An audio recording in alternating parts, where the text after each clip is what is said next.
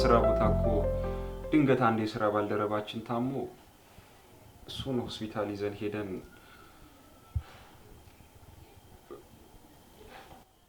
የኔ ፍቅር ጓደኞቹ ሁሉ ሆስፒታል ገቡ እኮ ቢሮ ውስጥ አንተ ብቻ ቀረክ።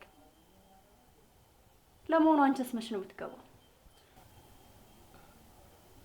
እኔ ያው ለማንኛውም እሱ እየደውሎ ነበር። በቅርቡ ያስመረቀውን ቢሮ ሄደን እንድናይለት ጋብዞናል። ለምርቃቱ ቀረን።